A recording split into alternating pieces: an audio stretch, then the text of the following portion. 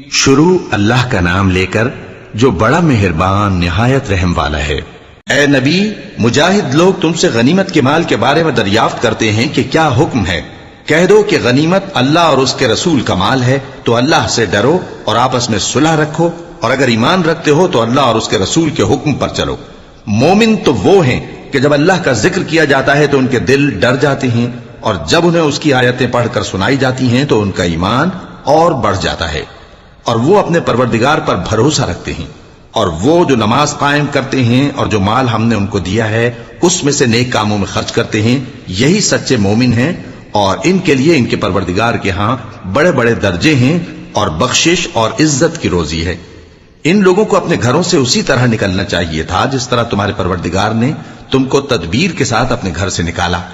اور اس وقت مومنوں کی ایک جماعت ناخوش تھی، وہ لوگ حق بات میں اس کے ظاہر ہونے کے بعد تم سے جھگڑنے لگے، گویا موت کی طرف ہانکے جاتے ہیں اور اسے دیکھ رہے ہیں۔ اور اس وقت کو یاد کرو جب اللہ تم سے وعدہ کرتا تھا کہ ابو سفیان اور ابو جہل کے 2 گروہوں میں سے ایک گروہ تمہارے لیے مغلوب ہو جائے گا، اور تم چاہتے تھے کہ جو قافلہ بے شان و شوکت یعنی بے ہتھیار ہے وہ تمہارے ہاتھ آ جائے، اور اللہ چاہتا تھا کہ اپنے فرمان سے حق کو قائم رکھے اور کافروں کی جڑ کاٹ دے، تاکہ سچ کو سچ اور جھوٹ کو جھوٹ کر دے، گو مشرک ناخوش ہی ہوں۔ جب تم لوگ اپنے پروردگار سے فریاد کرتے تھے تو اس نے تمہاری دعا قبول کر لی اور فرمایا کہ تسلی رکھو، ہم 1000 فرشتوں سے جو ایک دوسرے کے پیچھے آتے جائیں گے تمہاری مدد کریں گے۔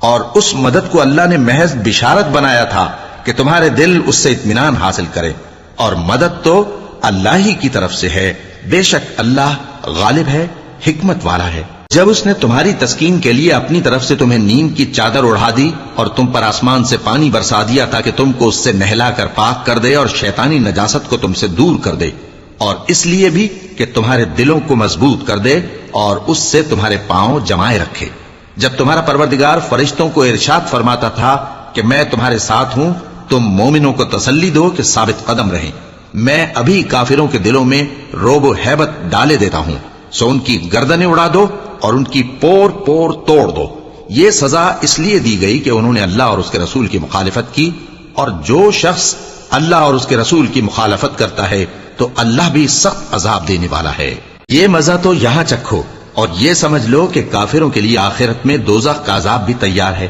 اے اہل ایمان، جب میدان جنگ میں کفار سے تمہارا مقابلہ ہو تو ان سے پیٹھ نہ پھیرنا، اور جو شخص جنگ کے روز اس صورت کے سوا کہ لڑائی کے لیے کنارے کنارے چلے یعنی حکمت عملی سے دشمن کو مارے یا اپنی فوج میں جا ملنا چاہے، ان سے پیٹ پھیرے گا تو سمجھو کہ وہ اللہ کے غضب میں گرفتار ہو گیا، اور اس کا ٹھکانہ دوزخ ہے، اور وہ بہت ہی بری جگہ ہے۔ پس تم لوگوں نے ان کفار کو قتل نہیں کیا بلکہ اللہ نے انہیں قتل کیا، اور اے نبی، جس وقت تم نے کنکریاں پھینکی تھیں تو وہ تم نے نہیں پھینکی تھی بلکہ اللہ نے پھینکی تھی۔ اس سے غرض یہ تھی کہ مومنوں کو اپنے احسانوں سے اچھی طرح آزما لے، بے شک اللہ سنتا ہے، جانتا ہے۔ ہوا بھی یوں ہی، اور کچھ شک نہیں کہ اللہ کافروں کی تدبیر کو کمزور کر دینے والا ہے۔ کافروں، اگر تم فیصلہ چاہتے ہو تو تمہارے پاس فیصلہ آ چکا،